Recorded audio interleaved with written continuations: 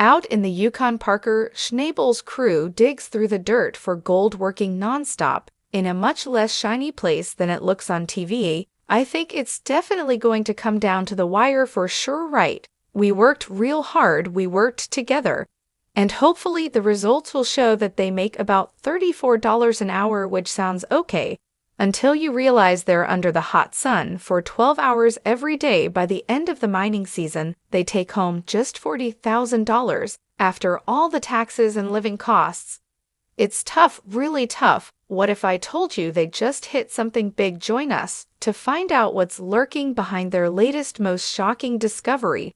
The hidden struggles of Parker's crew. Parker Schnabel Yukon mining operations may look glamorous on TV, but the reality for the crew working behind the scenes is far from it. It's definitely frustrating. Whenever we're down, we give or lose about $25 a minute whenever this thing is down, as they dig through dirt around the clock in the unforgiving Klondike. The pay they receive is a hot topic, especially considering the dangers and the intense physical demands of their work. Fans of the popular Discovery Channel series Gold Rush are captivating by the large amounts of gold unearthed each episode, but the actual compensation for the crew doesn't quite match up to the gold's luster. Parker has been quite open about what his crew earns, which provides some insight into the financial aspects of gold mining. However, the numbers might raise some eyebrows. New miners in his crew, who put their health and safety on the line every day, are paid about CAD 34 per hour.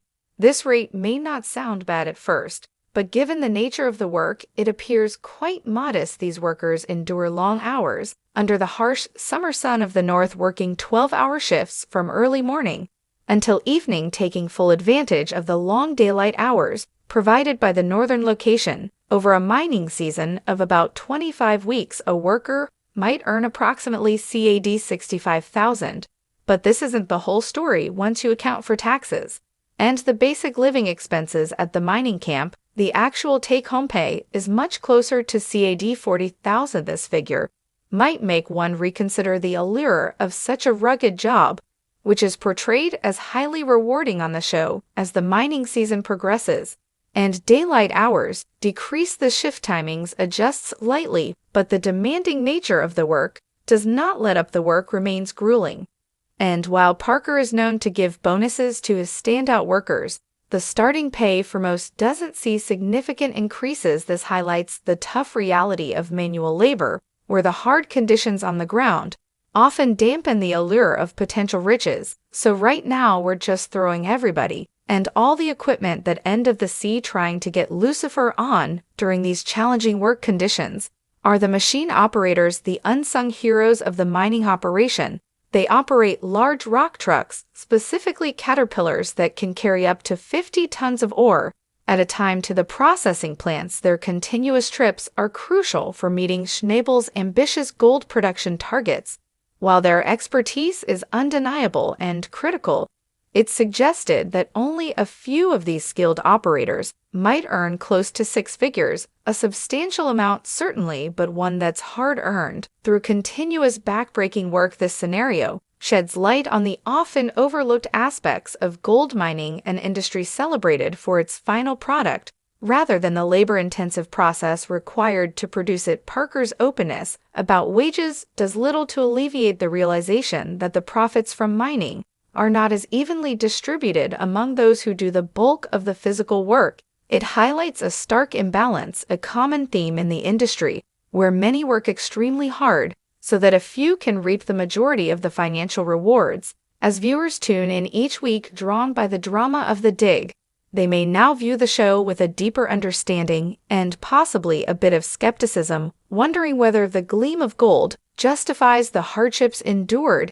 It's important to remember that the salary figures we discuss, especially for jobs like mining, are just average estimates and not exact numbers. I enjoy it. Either big Tonka toys, Tonka toys in your backyard, and getting paid for it. Perfect. All right, we just need to pick the speed up now. Yeah, is that where you're at? I'll get there, Parker. Let's do this. Salaries for beginners can vary, widely influenced by personal experience and undisclosed bonuses. Moreover, these figures might be presented in Canadian dollars instead of US dollars, Adding another layer of complexity, let's see how Parker started young and dreamed big. The financial highs and lows of Parker Schnabel.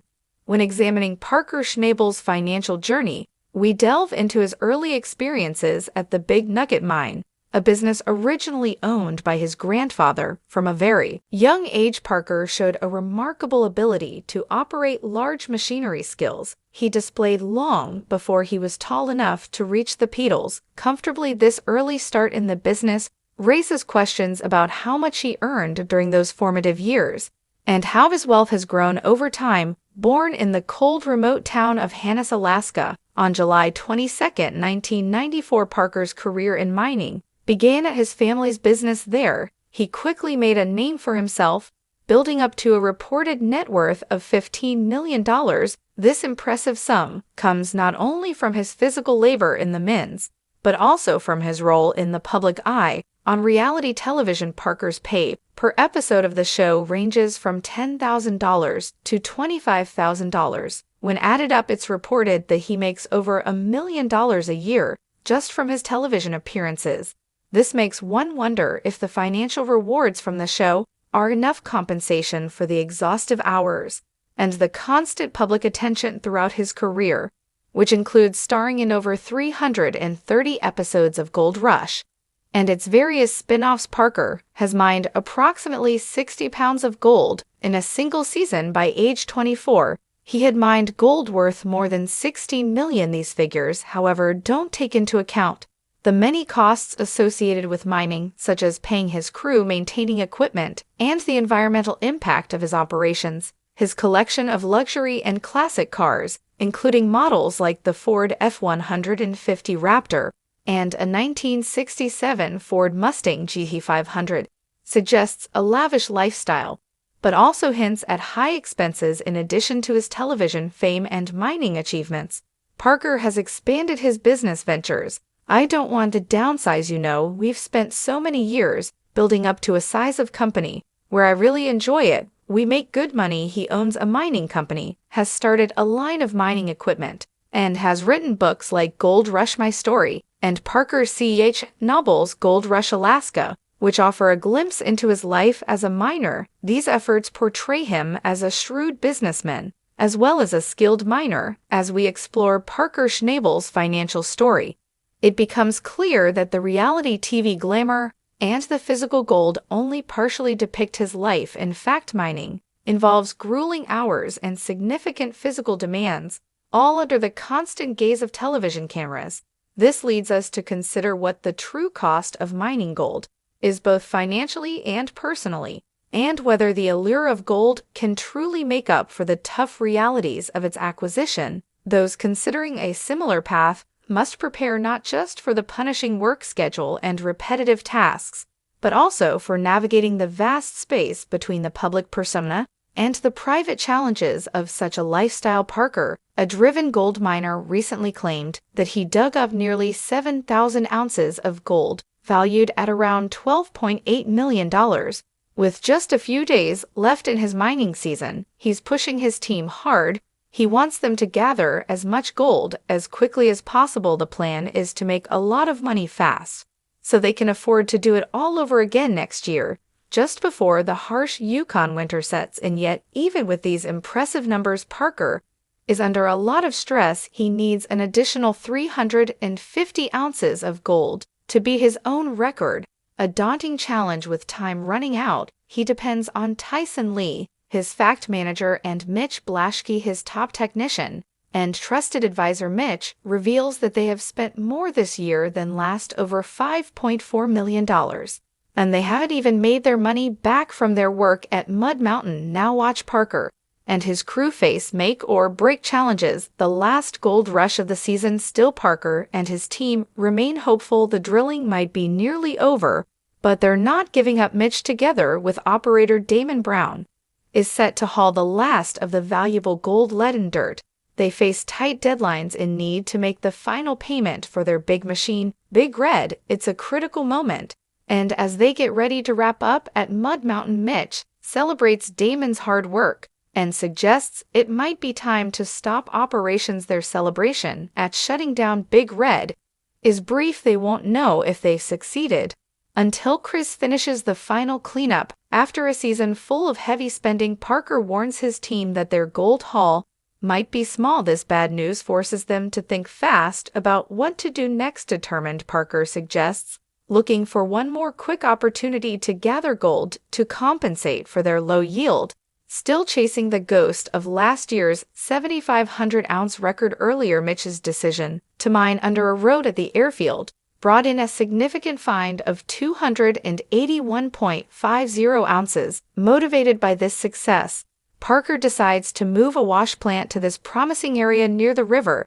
As they make preparations, Mitch gets his team ready for another intense effort. Parker remarks that they'll be cleaning gold again because there's still a chance to turn things around this season. His comment reflects a mix of hope and the tough reality of gold mining, a constant push to find more gold despite the ongoing expenses and challenges. Each day is filled with hard work and little rest. As the season progresses, the team's dynamics are tested. As they navigate the ups and downs of mining, they share moments of triumph and tension, reflecting the real-life struggles and successes of chasing gold in the wilderness. Reinforcements so you can speed it up. But yeah, timeline's blown up. This isn't nearly what we thought it was. The work is hard, and the days are long, but the dream of striking it rich keeps them going. They laugh, they argue, and they work together, knowing that every ounce of gold they find is a step closer to their goal. But also a reminder of the huge cost they face. The disaster that struck Big Red's pipeline was nothing short of a major disaster caused by the rough handling of a bulldozer. This wasn't just a minor mishap, it was a severe break that tore the pipeline in two, causing a massive release of water from the wash facility. Nona, who was in charge of the operation, immediately called for help as the system lost precious resources rapidly. You can see here the dozer snagged this, ripped the pipeline right in half. When this pulled, it ripped everything from the wash plant loose. The destruction was brutal. The bulldozer didn't just catch the pipeline, it brutally ripped it apart. The most significant damage was to the manifold at the wash plant, a crucial point that directed the flow of water to the pre-wash area. Now destroyed, this piece of equipment resulted in a complete stop of water flow, cutting off the essential supply needed for the operation to continue. Described as the worst possible situation at that time, the crisis deepened as the system began to fail. Mitch, tasked with managing this emergency, found himself facing the difficult job of repairing the damaged system. He had to disconnect a bypass system that had been controlling the water flow efficiently until now, and then stripped down the manifold hoses. After removing the damaged parts, Mitch had to hastily reattach them, trying to restore some semblance of order to the water flow. These hasty repairs were risky. They might cause the water pressure to spike, which could be too forceful for the salt boxes, potentially washing away not only dirt, but also valuable gold. Next, a big crisis puts Parker's team to the test, the turbulent race for gold. Before the freeze, with the clock ticking, Mitch and his team worked against time. Every hour of downtime meant losing thousands of dollars. After 4 strenuous hours, filled with intense manual labor and quick thinking, they managed to patch the pipeline back together, a process that felt less like skilled engineering and more like a desperate act of survival. In a final attempt to get things back on track,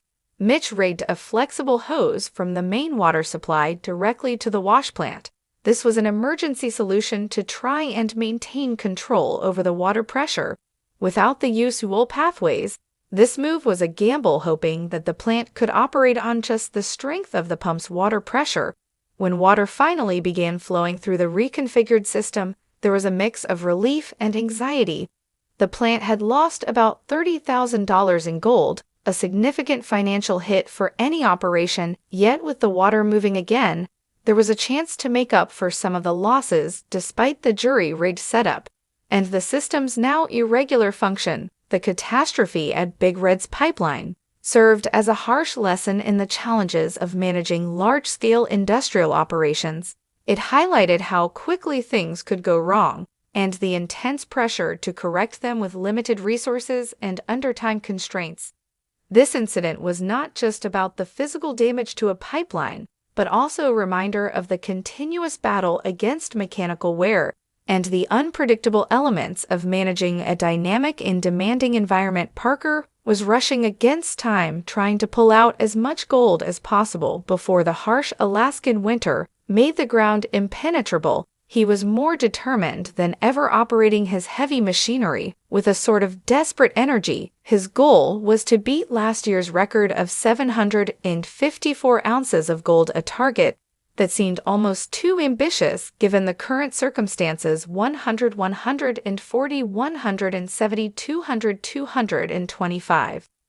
And 5. Yeah, good job, you guys. Nona, typically a steadying presence at the site, was unusually hard on herself.